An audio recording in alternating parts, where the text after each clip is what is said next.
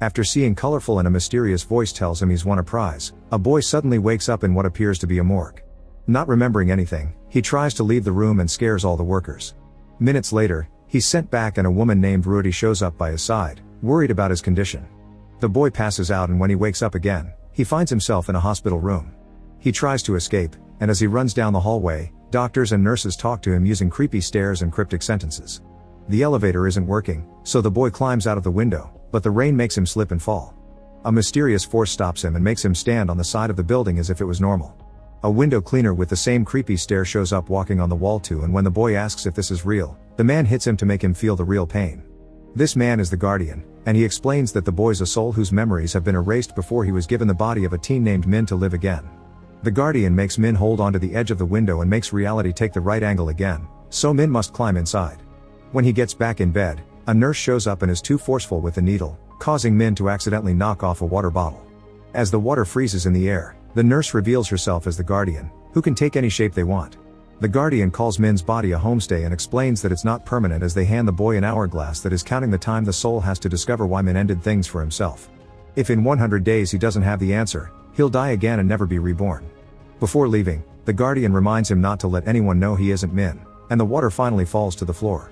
The next morning, a doctor comes for a checkup, and Min manages to pass it by saying his full name because he read it from the sticker on the medicine, thus he's allowed to go home. Rudy turns out to be Min's mother, and at home Min discovers he also has an older brother named Men that isn't happy to see Min return. For now, Rudy wants Men to sleep with Men so he can be watched over. He'll also wear Men's clothes until they get him new ones. Men overhears this and tells his mother he'll be staying at a friend's tonight. Min asks his mom what happened the day he ended things, but Rudy doesn't want to talk about it. Next, Min finds his dad, who instead of welcoming him, asks him to wait because he's on an important call for his MLM group, for which he quit his regular job. When night falls, Min looks around the house while everyone sleeps. There aren't pictures of him in albums or frames, and when he goes to check out his old room, he finds it locked. Min tries to peek inside by looking under the door, but Men finds him and sends him back. The next morning, Min sees Men leaving with 2 computers. Then he grabs a bunch of keys from the living room and tries to unlock his room, to no avail.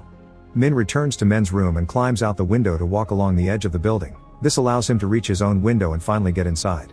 There aren't any personal belongings around, only a few pieces of empty furniture and the framed picture they used at his funeral. Seeing the death date shakes him to his core and causes him to drop the picture to the floor. The noise gets Rudy's attention and she finds Min red-handed. When he asks what happened to his things, Rudy explains he got rid of them. She wishes to know why Min did what he did. It's then that Min notices the spot on the floor where the blood used to be. Crying her heart out, Rudy hugs Min tightly, asking him not to do that ever again. The following day, Min goes back to school, and at least his mother got him his wallet back. In it he finds a curious brooch and his mother's business card. She's an engineer that often has to leave town for work. She didn't tell anyone in school about what happened, meaning Min's story will be that he had the flu. Going back to class isn't hard because Min was a bit of a hermit and didn't have many friends.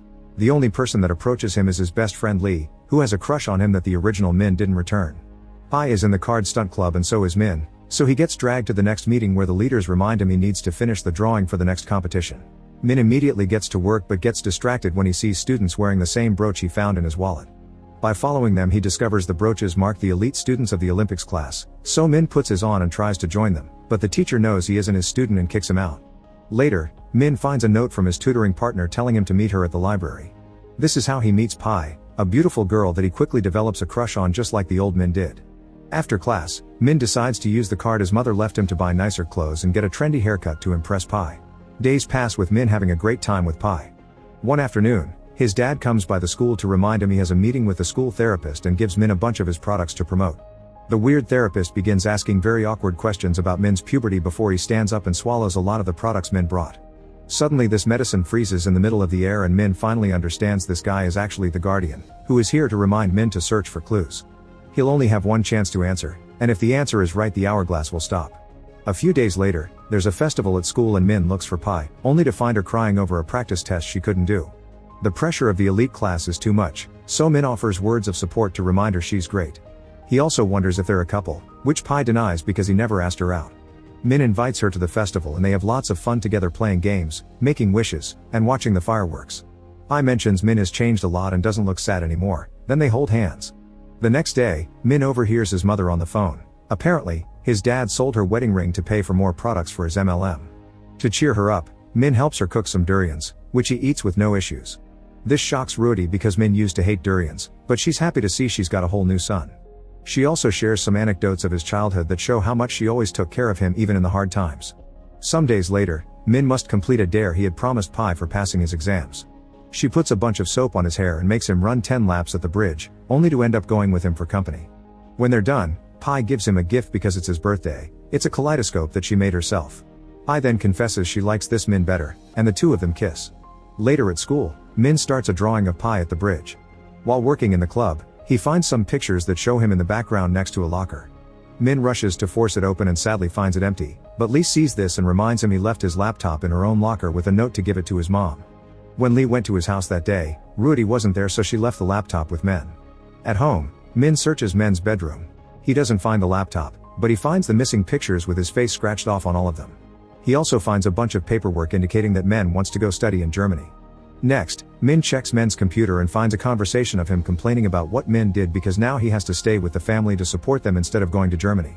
Men confesses that he hates Min and wishes he were dead. He also found his goodbye letter in the laptop and hid it from his parents. Min then realizes that the second computer Men took with him when he left must have been his, so he goes to Men's college to find it. Men catches him red-handed and says their family would be happier without him before throwing the computer out of the window. Min immediately rushes outside and finds the laptop floating because the Guardian is there, laughing at him before making the computer crash onto the ground. Min takes the laptop home and manages to turn it on. The only file left is the goodbye letter, which explains it was Min scratched his face off the pictures before mixing some shady medicine with soda to make a deadly combo. The letter also says he hated his dad for taking advantage of his wife's salary to stay in that MLM cult and that he hated how his brother was always condescending toward him, making him feel small. He did love his mother, but it was frustrating that she was almost never home. Therefore the only light in his life was Pi. One evening, Min goes to visit Pi and he's shocked to see her teacher getting frisky with her without Pi complaining much. The next day, Min interrupts the elite class to punch the teacher and take Pi away with him. When Min confronts her on the roof, he yells at her with fury, making Pi cry. She doesn't like the teacher, she only puts up with him because it had been her only chance to join the Olympics team for a better future. Her career's what matters the most to her. Min thinks she doesn't need him, so he points at the ground and tells her she should end things for herself. Later, Min's dad has to come over to talk with the principal about what happened and wonders why Min can't be normal, prompting Min to call him out for what he did to Rudy's ring. Sometime later, Min decides to surprise his mother at work following the address on the back of the business card, only to accidentally discover Rudy has been staying with a secret boyfriend. When Rudy notices Min is there, she tries to explain things, but Min runs away in tears. Back in his hometown, Min stays by the bridge under the rain, wondering if he should end things again. The raindrops suddenly stop moving and the Guardian shows up, wondering if Min has the answer. Min replies he hates this life and doesn't blame the real Min for what he did. He blames the family and Pi because they can't be trusted. The hourglass doesn't stop, meaning the answer is wrong, so the Guardian reminds Min he has 3 days left. When he returns home, Min smashes all the things in his room. Moments later, Lee shows up to ask for the finished drawing. Min's too annoyed to care and starts talking rudely to Lee, telling her that Min never considered her a friend and will never like her back. He also confesses Min missed school because he tried to end things and didn't even mention Lee in his goodbye letter. Lee leaves the place in tears. In the evening, Min and his dad go pick up Rudy when she returns from work. She's tired and wants to go home, but Min insists they should go out to have dinner together. He also mentions he visited her at work to make her feel guilty. At the restaurant, Min leaves his parents alone by pretending to go to the bathroom, but he spies on them and notices his dad returning the ring. Instead of being happy, Rudy finally confesses her affair. The dad leaves without them and now Min and his mom are alone in the car. Crying, Rudy apologizes to Min and explains she broke up with her other boyfriend so she can always stay with her family. Min refuses to accept the apology and tells her he isn't her son. Her real son died because she was a bad mother. An argument starts between them and this distracts Rudy from seeing the other vehicle coming, thus a car crash happens. Hours later, Min wakes up in the hospital. He immediately goes to check on his mother, who is still unconscious, and Min shows up to explain she's in critical condition. The dad told him what happened, and Min wonders why Min didn't tell him instead of ending things since he would have helped him deal with it. He thinks Min needs to stop thinking nobody loved him. Min's not hurt and is sent home, where he finds the durian dessert Rudy left for him and the kaleidoscope Pi gifted him. Min realizes he's been acting very selfishly and makes it up to his club by finally finishing the drawing. The next day, the Olympics team announces they'll be joining a very important tournament. Pi is supposed to give a speech, but seeing Min in the crowd makes her feel guilty and she runs away. Minute finds her in a classroom about to do something stupid with a glass cup, so he apologizes to her and hugs her, explaining he had been angry the other day and talked without thinking. Pi shouldn't be disgusted with herself because it all was the teacher's fault. Feeling a bit better, Pi finally goes to the principal to tell her about the teacher's abuse. Since it's too late to practice a new design, Min leaves the drawing for Pi with a message of support. Afterward, Min goes to see the card stunt club rehearsing. He apologizes to Lee, explaining she had been the only one to be nice to him and he never appreciated. Lee accepts the apology and confesses that since Min didn't bring a new drawing, she gave the team one of his old ones. To Min's shock, the team suddenly forms a drawing of Pi at the bridge that looks exactly like the new one. Memories start flooding Min's mind as he runs away. The previous Min's life flashes in front of him, showing him all the good times he had with his dear family and Pi. Min falls down the stairs and the hourglass, now frozen, falls from his pocket as Min suddenly reappears in his room with the Guardian taking the shape of his reflection. Min has finally understood that he isn't a random soul, he's the original Min, and he died because he didn't know how to appreciate the good things in his life. It's all his own fault. The Guardian congratulates him for winning and explains the test had only been a way to make him see the truth. Min won't be reborn anywhere else, he can keep this life. After the Guardian disappears, Min wakes up in the school again and the hourglass is gone. Lee checks on him and Min hugs her to celebrate before rushing to the hospital to find Rudy has woken up. She explains she and the dad are getting divorced, so Min can help him to live with and she won't blame him for choosing the dad because she hasn't been a good mother. Crying, Min apologizes for his actions and swears he'll never regret being her son. From then on, Min returns to his daily life. When Pi sends him a message showing she's won a medal, he fulfills his part of the deal and runs a few laps down the bridge with soap on his head and only wearing his underwear. Make sure to subscribe and turn on notifications so you can watch more videos like this. Thanks for watching.